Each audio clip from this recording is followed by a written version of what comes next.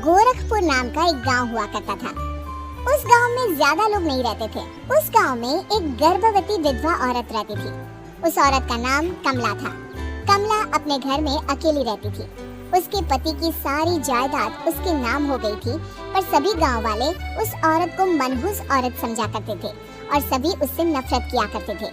एक बार कमला राशन की दुकान पर खाने का सामान खरीदने जाती है। भैया जी, जरा 1 किलो दाल चावल देना। अरे हाय हाय हाय हाय हाय, अरे मनहूस औरत, मेरी दुकान में अपशगुन करवाने आ गई क्या? है? चल जा यहाँ से, मैं कुछ नहीं देने वाला तुझे। भाग भाग यहाँ से, चल जा निकल। भैया जी, ऐसा मत कहिए, मैं गर्भवती हूँ, मुझे खाने की बहुत जरूरत है, मुझे खाना दे दीजिए। दुकानदार कमला को वहाँ से धक्के मारकर भगा देता है। तभी कमला रोते रोते उस गांव के किन्नरों के इलाके में आ जाती है। गांव वाले किन्नरों को उसी इलाके में रखा करते थे, क्योंकि वो लोग किन्नरों को पसंद नहीं करते थे और उनके इलाके में रहने से मना करते थे। तो किन्नरों ने उसी गांव में अपना एक इलाका बना लिया था। जब किन्नर लोग देखते हैं कि एक गर्भवती महिला रोते रोते उनके इलाके में आ गई है, तो सारे किन्नर कमला के पास जाकर उसका हाल पूछने लगते हैं। क्या हुआ बहन, तुम्हारी गर्भवती अवस्था में इतनी बुरी हालत कैसे? तुम रो क्यों रही हो? तुम डरो मत, हम तुम्हें कोई नुकसान नहीं पहुंचाएंगे। तुम शांत होकर सब बताओ कि हुआ क्या है। मैं कमला हूँ, मैं गांव के दूसरे इलाके से आई हूँ। 2 महीने पहले ही मेरे पति की मौत हुई है। मुझे गांव के लोग मनहूस मानते हैं, क्योंकि मैं विधवा हूँ और गर्भवती भी। वहाँ के लोग मुझे खाने के लिए कुछ बेचने के लिए भी तैयार नहीं, जिससे मेरा गुजारा नहीं हो रहा था। कोई बात नहीं कमला, हम तुम्हारा ख्याल रखेंगे। किन्नर लोग कमला को एक खाली घर में रहने के लिए जगह दे देते हैं और उसकी देखभाल भी करते हैं। कुछ ही महीने बाद कमला अपने बच्चे को जन्म देती है, पर अफसोस, कमला बच्चे को जन्म देते ही अपनी जान गंवा देती है। जब सब किन्नर बच्चे को देखते हैं तो बहुत खुश हो जाते हैं, क्योंकि वो बच्चा भी किन्नर ही था। कमला ने एक किन्नर बच्चे को जन्म दिया था। अब इस बच्चे की देखभाल कौन करेगा? हम तो इस बच्चे को गांव के दूसरे इलाके में भी नहीं भेज सकते। अरे तो क्या हुआ, इस बच्चे की माँ नहीं रही तो हम इसे पालेंगे। अब ये हमारे इलाके में रहेगा, हमारे साथ रहेगा। फिर वो किन्नर उस किन्नर बच्चे को गोद ले लेते हैं, उसका नामकरण कराते हैं। उस किन्नर बच्चे का नाम शक्ति रखा जाता है। देखते ही देखते शक्ति बड़ी होने लगती है। उसके रंग रूप बहुत सुंदर थे। वो बहुत सुंदर किन्नर दिखती है। एक दिन शक्ति एक किन्नर से पूछती है, माँ जी सुनिए ना, ये गांव के दूसरे इलाके में भी तो लोग रहते हैं, तो हम वहाँ क्यों नहीं जाते? हम उनसे अलग क्यों रहते हैं? शक्ति, क्योंकि वो लोग हमारे जैसे नहीं, वो लोग हमें पसंद नहीं करते, इसीलिए हम उनसे अलग रहते हैं। क्यों? वो हमें क्यों पसंद नहीं करते? मुझे एक बार उस इलाके में जाना है, मैं एक बार वहाँ जाकर घूम कर आऊँ। शक्ति, खबरदार, जो तू उस इलाके में कभी भी गई तो अपनी जान नहीं गंवाना चाहती तो उस इलाके में कभी कदम भी नहीं रखेगी, समझी? इतना कहकर वो किन्नर वहाँ से चली जाती है। शक्ति उस किन्नर की बात सुनकर बहुत रोती है। माँ जी, ऐसा कैसे कह सकती है? उन्होंने इतनी सी बात के लिए मुझे इतना डांटा। अब तो मैं उस इलाके में जरूर जाऊंगी। फिर एक दिन शक्ति गांव के दूसरे इलाके में चुपके से जाती है। ये लोग तो हमारे जैसे ही इंसान हैं, तो ये हमसे नफरत क्यों करते हैं? जब शक्ति उस इलाके में पहुंचती है तो गांव के सारे आदमी उसके रूप से मोहित हो जाते हैं। वो लोग ये अंदाजा नहीं लगा पाते कि वो किन्नर है। शक्ति की सुंदरता देखकर सारे गांव वाले उसकी तारीफ करने लगते हैं। तभी गांव का चक्कर लगाने गांव के जमींदार का बेटा हर्ष वहां पहुंचता है। हर्ष भी दिखने में बहुत सुंदर होता है।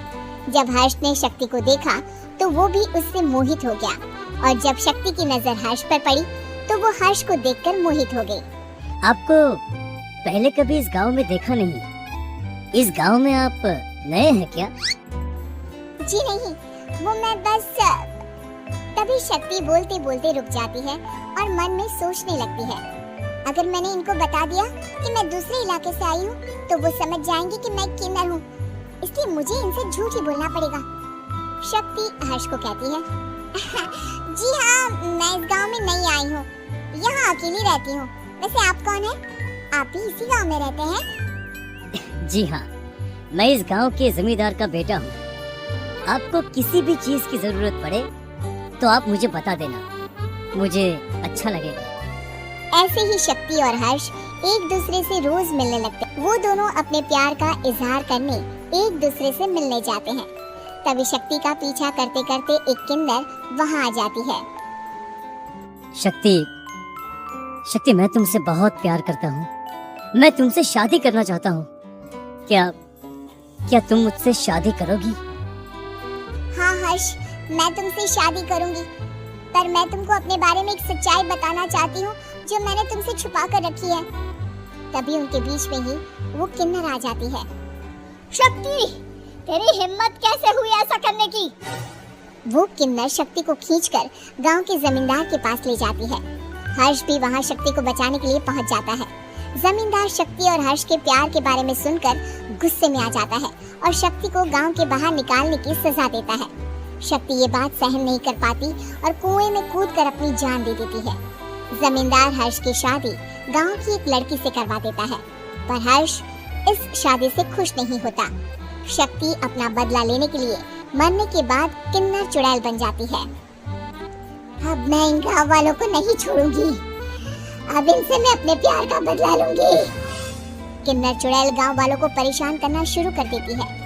एक बार वो रात को गांव के खेतों में पहुंच जाती है और वहां आग लगा देती है। सारी फसल जल के राख हो जाती है। जब एक आदमी रात को उठकर देखता है कि खेत में आग लग गई है तो वो वहां पहुंच जाता है। वो देखता है कि खेतों के बीचों बीच एक किन्नर चुड़ैल खड़ी है और वहां खड़े होकर ताली बजा रही है। गांव वाला किन्नर चुड़ैल को देखकर बेहोश हो जाता है। जब सुबह उस आदमी को होश आता है तो वो सीधा जमींदार के पास जाता है। अरे जमींदार साहब, अरे वो किन्नर चुड़ैल ने मेरी सारी फसल जला दी। अब मैं क्या करूँगा, क्या होगा मेरा? जमींदार चुड़ैल किन्नर का नाम सुनते ही सब कुछ समझ जाता है। अब वो बहुत डर जाता है। उसी रात को जब जमींदार डर के मारे अपने कमरे में सो नहीं पाता, तभी वहां अचानक से किन्नर चुड़ैल आ जाती है। किन्नर चुड़ैल जोर जोर से जमींदार के आगे खड़ी होकर हंसने लगती है और ताली बजाने लगती है। जमींदार उस डरावनी किन्नर चुड़ैल को देखकर बहुत डर जाता है। तूने मेरे साथ बहुत बुरा किया, अब मैं तुझे जान से मार दूंगी। नहीं, मुझे माफ कर दो, मुझे मत मारो। मैं कभी ऐसा दोबारा नहीं करूँगा। अब तुम जो बोलोगी वही मैं करूँगा। ठीक है, मैं चाहती हूँ कि किन्नर इलाका गांव के इलाके से जुड़े और गांव का कोई भी आदमी किन्नर समाज से द्वेष न करे, उससे नफरत न करे, नहीं तो मैं सारे गांव को मार दूंगी।